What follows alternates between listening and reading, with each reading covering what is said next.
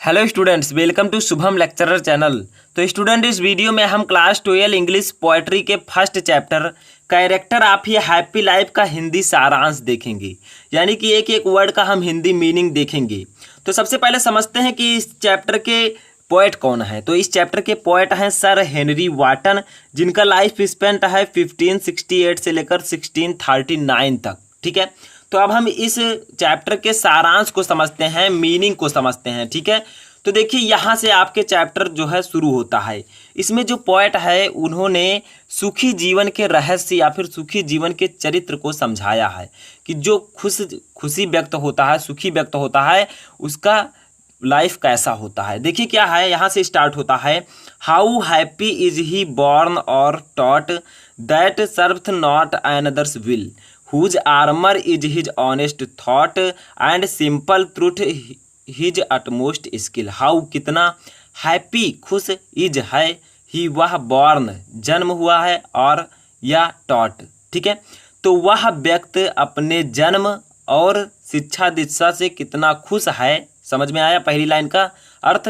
How happy is he born और taught, वह व्यक्ति अपने जन्म और शिक्षा दीक्षा से कितना खुश है। दैट जो सर्वथ पालन करता है या फिर सेवा करता है। ठीक है, नॉट नहीं, एन अदर्स दूसरों की, विल्स इच्छाओं की, जो दूसरों की इच्छाओं के अनुसार कार्य नहीं करता है, जो दूसरों की इच्छाओं के अनुसार कार्य नहीं करता है, वह व्यक्ति कितना खुश है। ठीक है, दोनों लाइन आपको समझ में आया। आगे देखिए, हुज जिसकी, आर्मर, आर्मर का मतलब होता है सुरक्षा कवच, इज है, हिज उसकी, ऑनेस्ट ईमानदारी, और थॉट सोच। ठीक है, तो जिसकी सुरक्षा कवच उसके ईमानदारी है या फिर ईमानदारी के सोच हैं, एंड और सिंपल साधारण, ट्रुथ सत्यता, हिज उसकी, अटमोस्ट सबसे बड़ी स्किल कुशलता है, और साधारण सत्यता ही उसकी सबसे बड़ी कुशलता है। यानी कि सत्य बोलना ही उसका सबसे बड़ा गुण है। समझ में आया।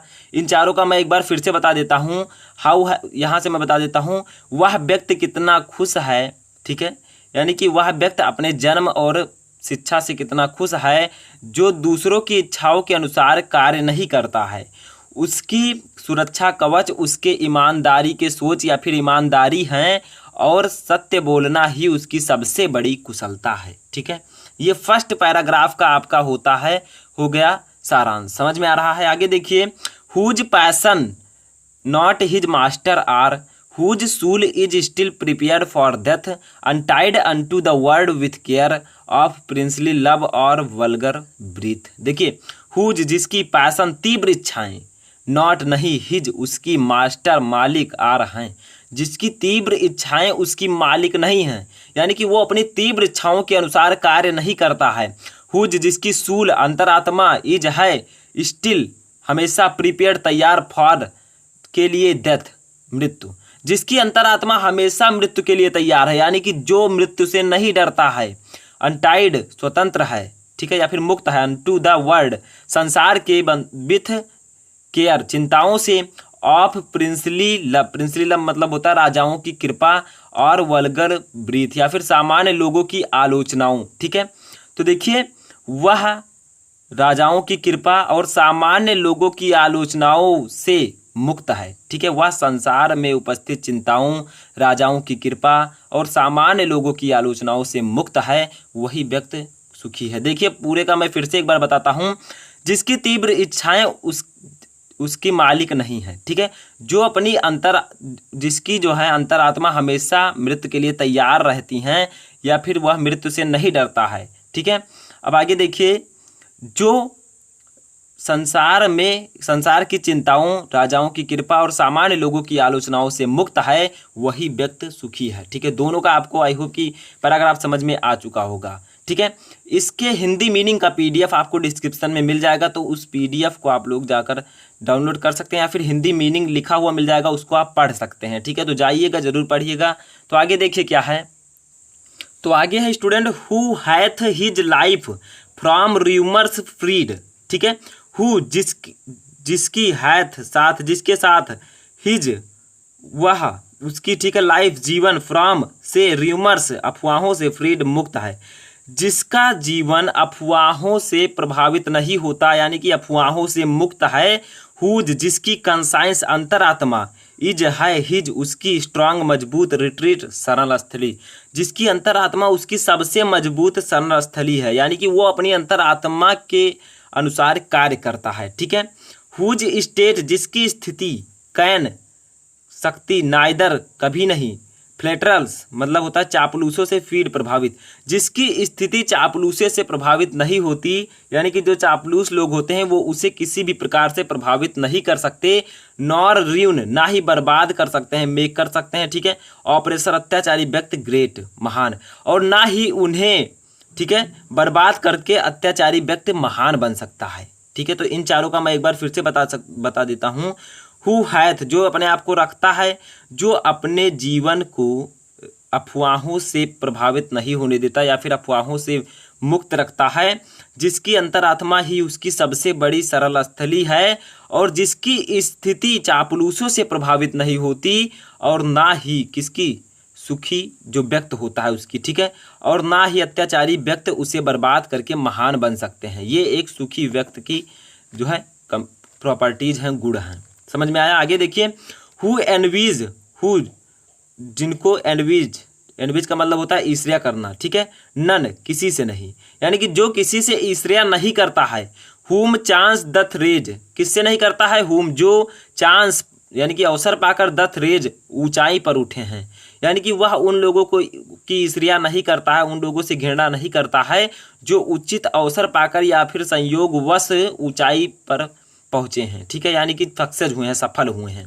नॉर वाइस और ना ही वाइस बुरे काम करके सफल होने वाले को, यानी कि इसका कहना है, इनका कहना है कि वह व्यक्ति जो सुखी होता है वह उन लोगों से घृणा नहीं करता है जो उचित अवसर या फिर संयोगवश सफल हुए हैं या ऊंचाई पर पहुंचे हैं या फिर बुरे काम करके ऊंचाई पर पहुंचे हैं। उन सभी से सुखी मनुष्य जो है घृणा नहीं करता है।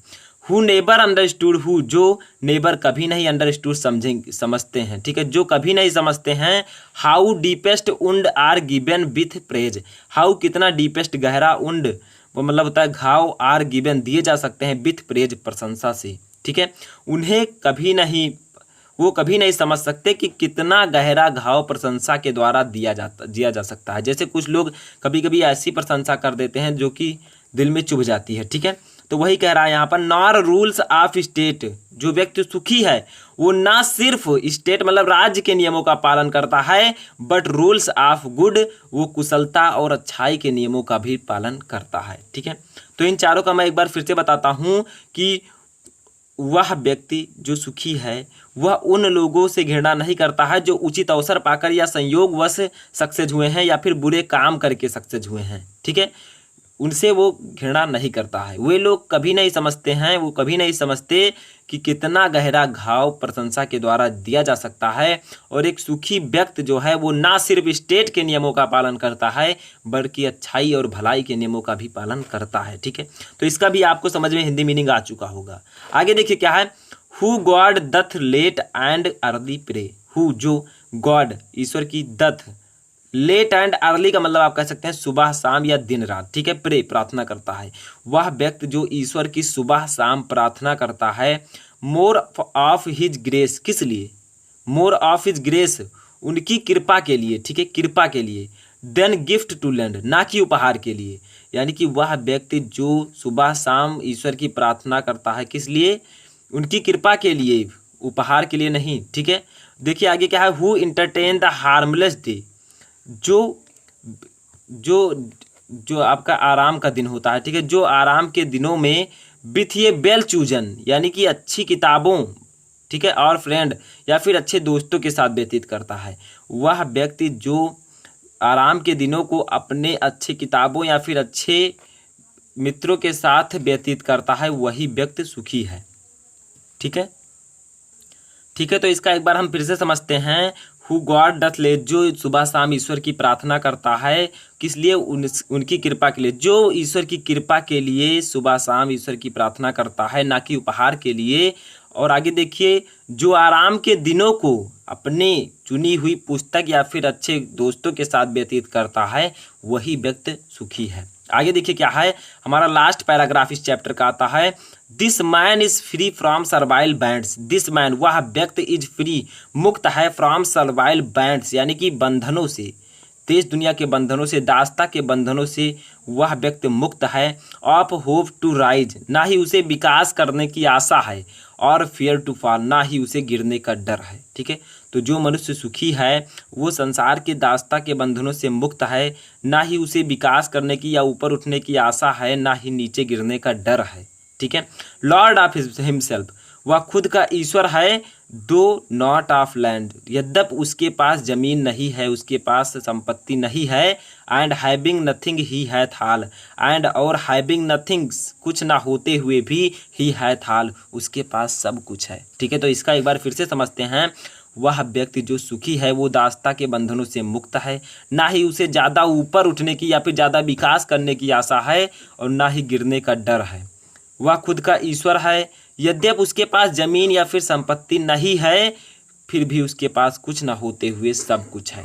तो ये था character of A happy life का हिंदी मीनिंग। इसमें बताया गया है कि कैरेक्टर जो हैप्पी मैन होता है, खुश आदमी होता है या सुखी जीवन होता है, वो कैसा होता है। ठीक है, ये हेनरी वॉटन जी द्वारा लिखा एक बहुत ही अच्छा पोएम है। तो आशा करता हूँ आपको ये सारांश अच्छा लगा होगा। अगर अच्छा लगा हो तो आप लोग लाइक कीजिए, वीडियो को कमेंट कीजिए, और अच्छा लगा हो तो मैं आगे के भी चैप्टर आपको पढ़ाऊंगा। आप कमेंट करके बताइएगा मैं पढ़ाऊँ या फिर ना। ठीक है, तो आप लोग ज़रूर बताइएगा। तो इस वीडियो में फ़िलहाल इतना ही।